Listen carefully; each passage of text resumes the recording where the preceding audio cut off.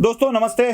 संजय राउत के बारे में हम बात कर रहे हैं। संजय राउत ने हाल ही में एक ट्वीट किया, डिलीट किया। डिलीट क्यों किया इसका पता किसी को भी नहीं है, लेकिन किया, डिलीट किया। ट्वीट क्या है देख लीजिए। ट्वीट में राउत बोल रहे हैं, on 18 March 18 and 11 April 19 Transcon development private limited owned by Kirti Kedia was raided by CBI for dumping 20 banks 4,000 crore rupees. अभी ये कीर्ति डेडिया का मसला उठा के राउत ऐसा बोल रहे हैं कि इसने डंप किया था और इसी कीर्ति डेडिया की कंपनी से नवनीत राणा ने 1.5 करोड़ का कर्जा लिया है। अब कीर्ति डेडिया का ये मसला राउत ने ट्वीट तो कर दिया फोटो के साथ, लेकिन बाद में कुछ ही मिनटों बाद डिलीट कर दिया।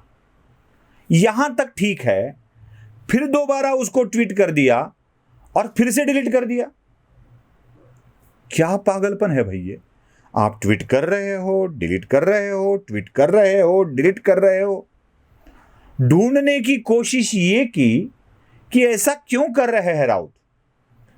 तब पहले पता ये चला कि कीर्ति केडिया के, माफ कीजिएगा मैं डेडिया पे बोल रहा हूं, कीर्ति केडिया के संबंध राष्ट्रवादी कांग्रेस के एक बहुत बड़े नेता के साथ है, बहुत ही बड़े नेता के साथ, जिसने ट्वीट आते ही संजय राउत को फोन करके बोला कि भाई तू अगर मेरे ही ऊपर आने वाला है तो मुझे कल इस्तीफा देना पड़ सकता है, दे दूंगा मैं। राउत को पता चला कि यार ये गड़बड़ हो रही है, उसने डिलीट कर दिया ट्वीट। अब जैसे ही ट्वीट डिलीट कर दिया उसको ये लगा कि अरे वो इस्तीफा देगा तो मैं क्यों ट्वीट डिलीट करूं, फिर से कर दिया। फिर ट्वीट मातोश्री तक पहुंचा और मातोश्री से खबर आई, सूचना आई कि ट्वीट को डिलीट कर दो। ऐसे सुना जा रहा है, मतलब ये कंफर्म न्यूज ऐसे नहीं बोल रहा हूं, फिर से डिलीट कर दिया। अब मातोश्री तक क्यों पहुंचने वाला, इसलिए मैं शीर्षक में कह रहा हूं, राउत ने लगा दी उद्धव की वाट। सच में राउत ने उद्धव की वाट लगा दी है। अब ये देखिए कि मुंबई बीएमसी के करप्शन के ऊपर आजकल बहुत चर्चा हो रही है। यशवंत जाधव को गिरफ्तार किया गया, यशवंत जाधव की प्रॉपर्टी को जब्त किया गया। यशवंत जाधव के प्रॉपर्टी के 7-7 करोड़ रुपए मातोश्री को दिए जाने की बात हो रही थी, 50 लाख रुपए घड़ी के दिए जाने की बात हो रही थी। अब जबकि 50 लाख की घड़ी और 2 करोड़ की बात चली थी, तो ये सारे के सारे मामले बीएमसी से जुड़े हुए थे। अब ये कीर्ति केडिया वाला मामला भी बीएमसी से शायद जुड़ा हुआ है क्या, और इसके तार अगर इंक्वायरी शुरू हो गई तो क्या मातोश्री तक जाएंगे।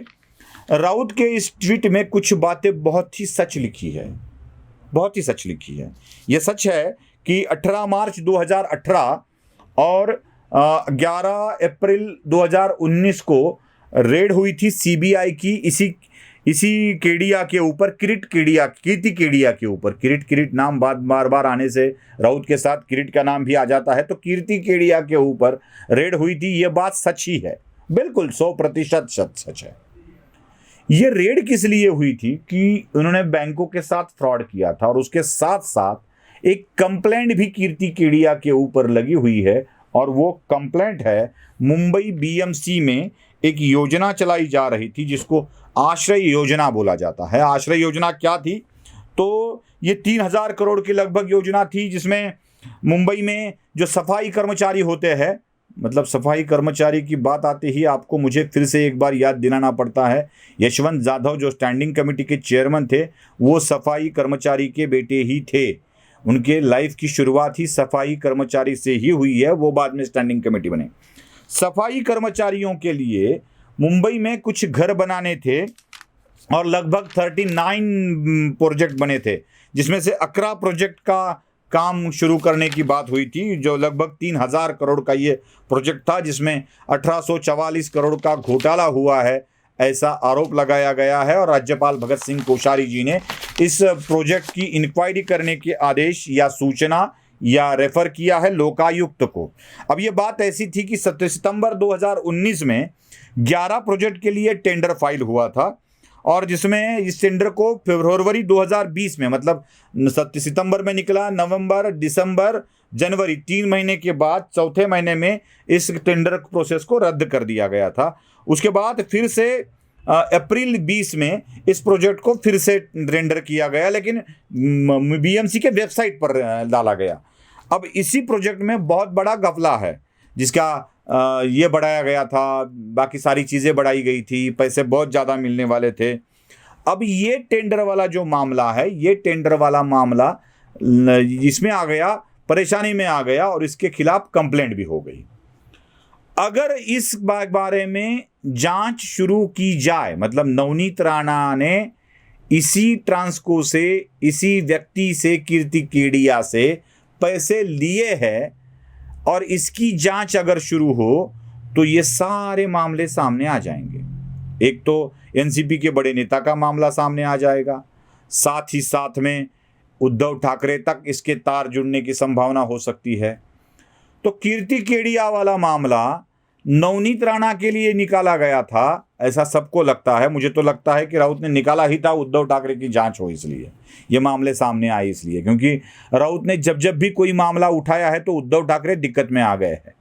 जैसे वो बंगलो वाला मामला निकाला था, इनविजिबल बंगलो वाला, उद्धव ठाकरे परेशानी में आ गए रश्मि ठाकरे के कारण। फिर पाटनकर वाला मामला निकाला था, उसमें भी रश्मि ठाकरे और उद्धव ठाकरे परेशानी में आ गए थे। अब ये मामला निकाला है केडिया वाला, कीर्ति केडिया वाला, इसके तार भी मातोश्री तक जुड़ते रहते हैं। मतलब बीएमसी में भी जितने बड़े काम होते हैं उसका कनेक्शन सीधा मातोश्री के पास होता ही है, क्योंकि रिमोट ही होता है मातोश्री के पास बीएमसी का। तो ये तार वहां तक जुड़ने की भी संभावना थी, इसीलिए शायद ये ट्वीट 2 बार करके दोनों बार डिलीट करने का काम संजय राउत ने किया है। और कोई कुछ ट्वीट भी ऐसे ही उनको दिक्कत में लाने वाले हैं। जैसे नवनीत राणा के ऊपर ट्वीट किया था कि उन्होंने वो बिल्डर से जिसका संबंध जिससे है, अंडरवर्ल्ड से है, उससे 80 लाख रुपए लोन लिया था लकड़ा वाला से। वो ट्वीट भी देख लीजिए आप, हिंदी है, मराठी है, अंग्रेजी है, सारे ट्वीट उसमें हैं। तो उसमें बात के लकड़ा वाला से लोन लिया है। अब बात ये पता चलती है कि लकड़ा वाला को पैसे दिए हैं, लिए नहीं हैं, क्योंकि राउत ने ही दूसरे एक ट्वीट में 1.5 करोड़ के लोन की बात की है पहले वाला, जिसकी हम बात कर रहे हैं। वो लोन वाला अमाउंट है, ये देने वाला अमाउंट है, ये भी राउत को पता नहीं चल रहा है। मुझे तो लगता है राउत की मानसिक स्वास्थ्य ही खराब हो गया है, इसी के कारण राउत ऐसी अनर्गल बातें करते जा रहे हैं। इससे तो बढ़िया है कि राउत जाके अच्छे से किसी डॉक्टर से ट्रीटमेंट ले ले, या शिवसेना उनकी ट्रीटमेंट करवाए कि मुंह की खानी न पड़े। इसलिए वीडियो पसंद आए तो लाइक, शेयर और सब्सक्राइब जरूर कीजिए। धन्यवाद।